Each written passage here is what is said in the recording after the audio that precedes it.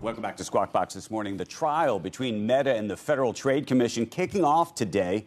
At stake is the potential of a divestment of Instagram and WhatsApp from the tech giant, breaking it up effectively. Joining us right now, first on CNBC, is former FTC Chair Lina Khan. It is great to see you. This case, in many ways, preceded you. It was actually brought originally by the Trump administration, but then was thrown out while you were on the job, and then you refiled it.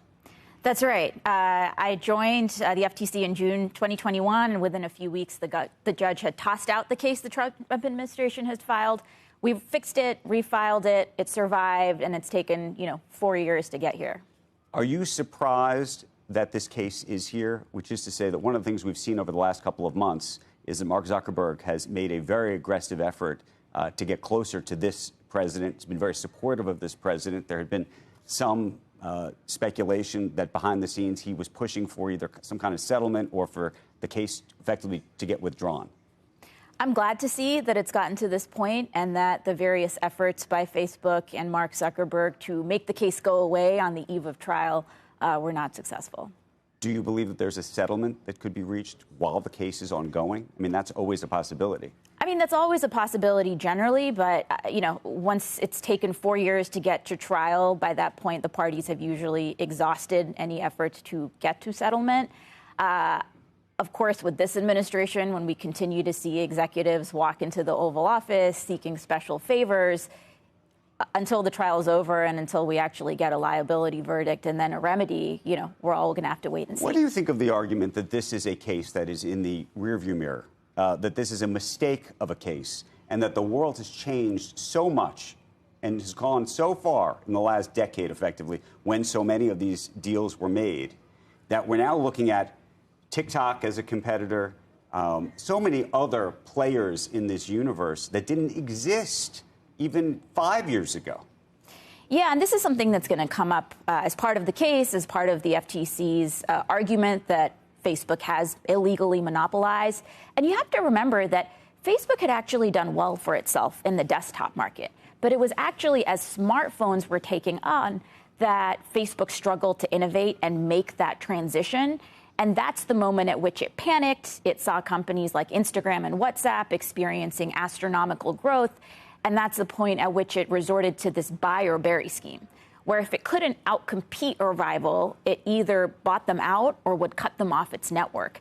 And this case is really about making sure we have free and fair competition so that innovators can succeed. I'm not going to dissuade you from those arguments, but I'm going to suggest to you for a moment that in a world of AI, where all of a sudden OpenAI and ChatGPT, which basically didn't exist at the time, Gemini didn't exist, Anthropic, all of these things, X in its current formation, again, TikTok, these are things that weren't even on the table at the time. And so how can we look back at a deal that was made, as I said, years and years ago and suggest that they should be broken up today?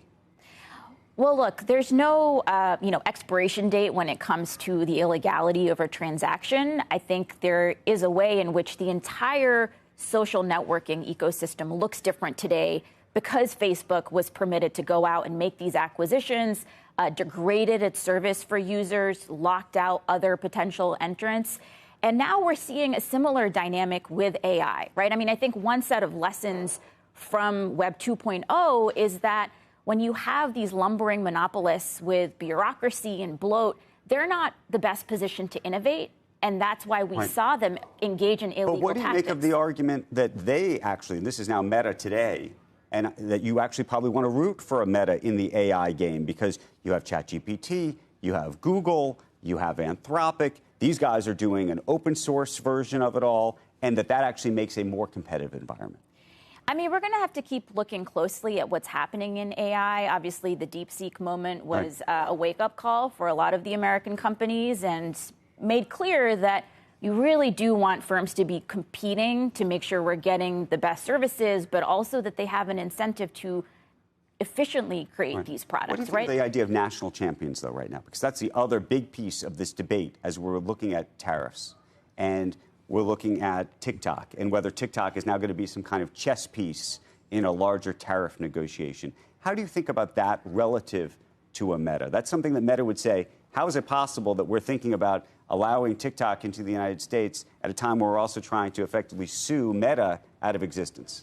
Yeah, look, this national champions argument gets made over and over again.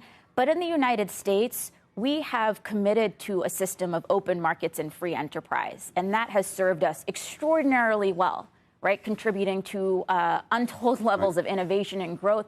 And the last thing we should want is to replace that system of open markets for a system that is more or less centrally planned by monopolists and a handful of gatekeepers.